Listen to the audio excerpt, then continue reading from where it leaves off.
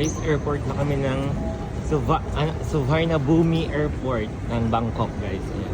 So guys, finally nandito na kami sa Thailand. Thank you so much po. Yan na naman guys, ang puro noodles. Kaso hindi ako makapag-chat, makapag-reply at walang signal. Wala pa akong eSIM, hindi pa ako nag-activate ng eSIM. Kaya walang signal. Diyos ko guys, kanina habang tumataas ang eroplano, ang laman loob ko'y naghahalukay ube.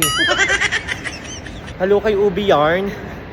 Nakakakiliti, para talagang sumakay ka ng space shuttle at ng extreme guys. Ngayon, hinahanap namin kung saan kukunin ang aming luggage. Layo.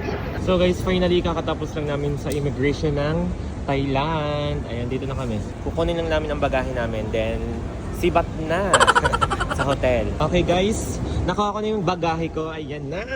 Siyempre, hindi maiiwan yung tatlo. Kasama ko yung tatlo dito sa Bangkok, Thailand. Wow! Sinama ko talaga sila. So guys, para naglalakad lang ako sa sa Victory Mall. Ayan, tingnan yung init. Ayan. Tingnan yung init dito guys. Kung gaano kainit, parang Pilipinas lang. Right now it's summer season. Yeah.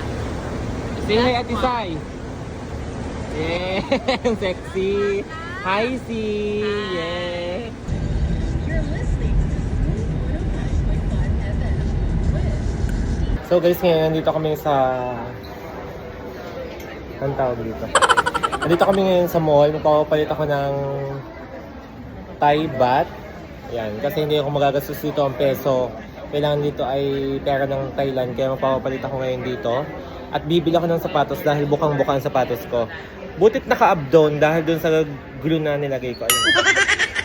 Buti naman at nakarating ako ng Thailand nang hindi na tatanggal ang swelas. Ngayon makakabili na ako pag nakapagpapalit na ako ng Thai baht. Let's go!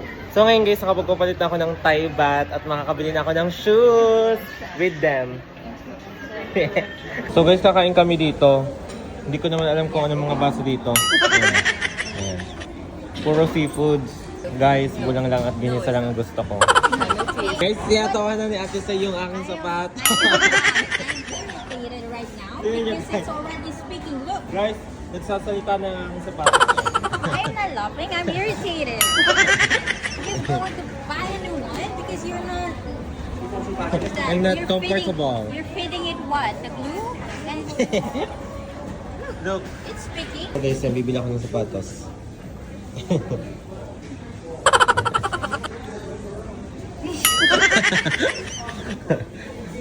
Galing siya.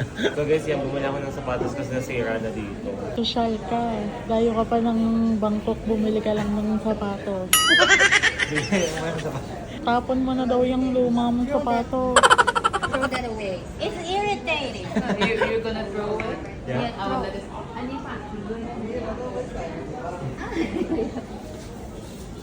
Ayan guys, nakabili na ako dito. Sa Bangkok pa pala ako makakabili. Malay ko ba masisira guys yung sapatos ko sa paglalakad ko. Ang tagal ko nang hindi nasusuot yan. So that's why yun. Bumigay na siya. So guys, ngayon naman nandito kami sa loob ng Watson. Mamimili kami ng sunscreen kasi bukas 4 na araw kami sa Koh Samet Island dito sa Bangkok, Thailand. Magpapatan. Magpapatan daw. Sabi ko ayaw kong umuwi ng nugnog ako nang sobrang makintab pa. Kulintab pa ako sa uling. Ayaw ko. Kaya ako bumili ng sunscreen sa balat, sa mukha, sa buhong katawan ko guys.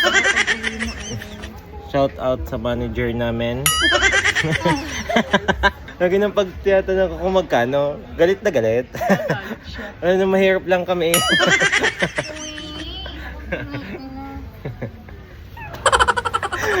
Alam nang presyo muna ang tinitingnan namin. I am not mad. Siya kuha lang ng kuha siya.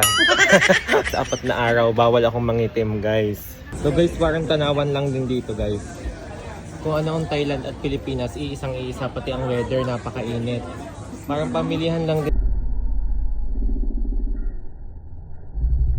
Pero mas mainit dito guys sa Bangkok kaysa Pilipinas. Ayun, ang daming pamimiliin, no? So guys, si Leda Marie namimili. Magsusuot siya nito para bukas sa aming island. Sa Koh Samet Island, guys. Ayan. Bagay na bagay ito kay Led. Labas itong likod, oh. Wow, Leda Marie. Baka makuha ko na siya. Baka daw makuha niya si Manuel pag nagsuot siya ng ganito. Wow. Manuel, papayag ka, makukuha ka ni Ledemar dito? Yes.